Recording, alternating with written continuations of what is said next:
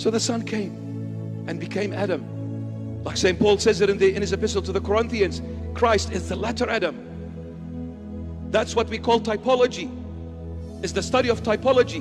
You need to understand how to interpret the Holy Bible. There are so many ways to interpretation. One of them is typology.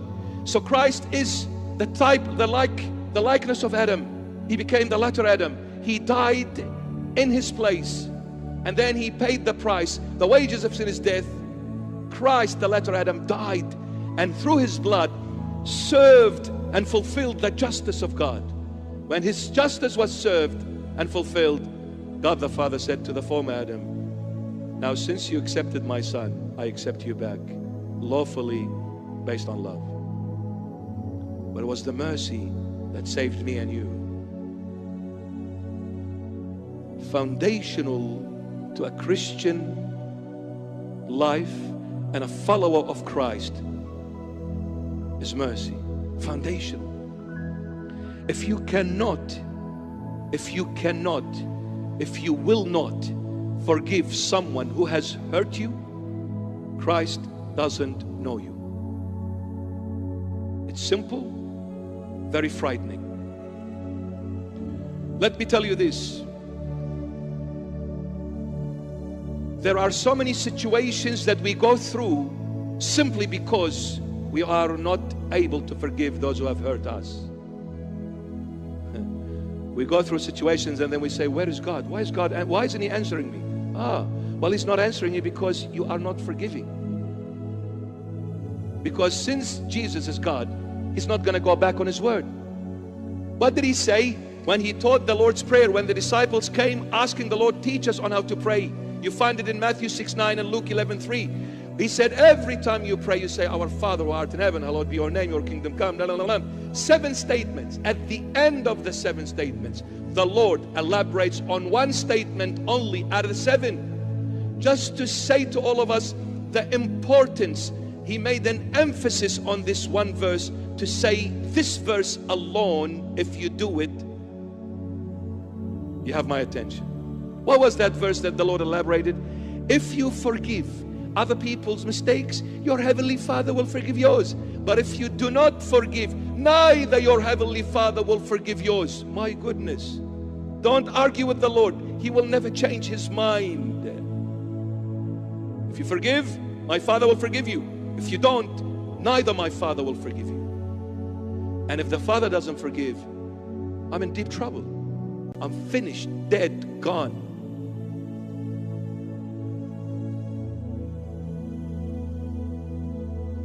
When you forgive someone who has hurt you, you're doing yourself a favor, not them. Don't ever think you are humiliating yourself. Now that's an act of weakness. I can't be humiliated this way. I will never bow before this person. They need to come and bow before my feet and ask me to forgive them. They need to beg for it. I will never forgive them unless they come. Listen, you want to live, my dear friend, you forgive. Don't worry about what happens. You want to live, you forgive. If you want to live in misery, don't forgive. You will never be happy, no matter what you do. Because peace, happiness, only God gives. And God, no one can bluff Him, no one can bribe Him, no one can force Him to do anything. He does it as He wishes, according to His word. The law. You forgive, I forgive you. You don't forgive, I don't forgive you. You can come to church all your life. You can pray to me all your life. These are sacrifices. I did not come seeking sacrifices. I came seeking mercy. You see, you can come to church and bang on your chest, Lord, I love you. Please have mercy on me. Forgive me. The Lord has an ear shut. Because He looks at you and He says, well, you haven't forgiven your neighbor. I won't hear you no matter how much you cry. Read my word, learn my word, and do by it. And until you do by it, I don't know you. But when you come and say, Lord, help me to forgive, I genuinely want to forgive those who have really hurt me. From the bottom of my heart, I want to forgive them. Help me, Lord. Now the Lord is happy. He will 100% help you. Man, and it's so awesome. Try it, please, I beg you. Yeah? Try it. I've tried it by the grace of the Lord. Only because this is something only God gives and only God does through you. When you truly, genuinely forgive someone who really gave you hell, man, you are the happiest, the lightest. You're lighter than a feather. You are so happy, so filled and fulfilled, so peaceful from within. It is not a feeling, it's an experience, a life you live and you taste. You have never, ever, ever, ever tasted, because no one can give it except Jesus Christ of Nazareth, who is God, revealed in the flesh. When you forgive from the heart to someone who's been a pain, man, what kind of a joy that is. Stunning. In fact, you're free. And do you know when you are truly living? When you are free. A slave alive is dead, but the son who is free is living. You will never live until you are the son.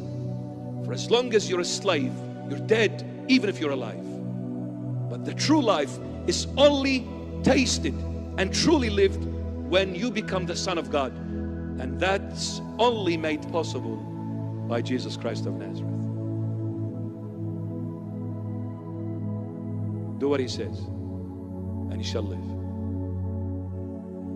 After you show mercy, offer your sacrifices now. It will be acceptable.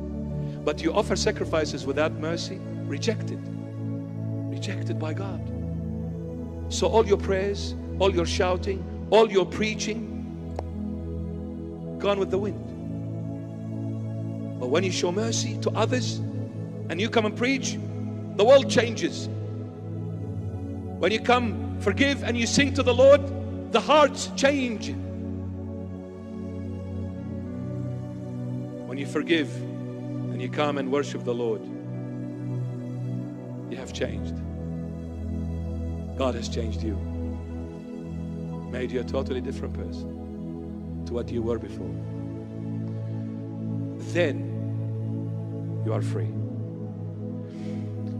And when you're free, you're alive. And if the Son sets you free, truly you are free. That's why the Lord says, I am the truth. Because only in the truth there is life. And this is how it comes. I'm the way, the truth. What comes out of the truth? The life. Because if you're living a lie, how can you live? But if you're living the truth, you're alive. When you're alive, that means you're free. Why you were free? Because you walked in the way. And who is the way? Christ.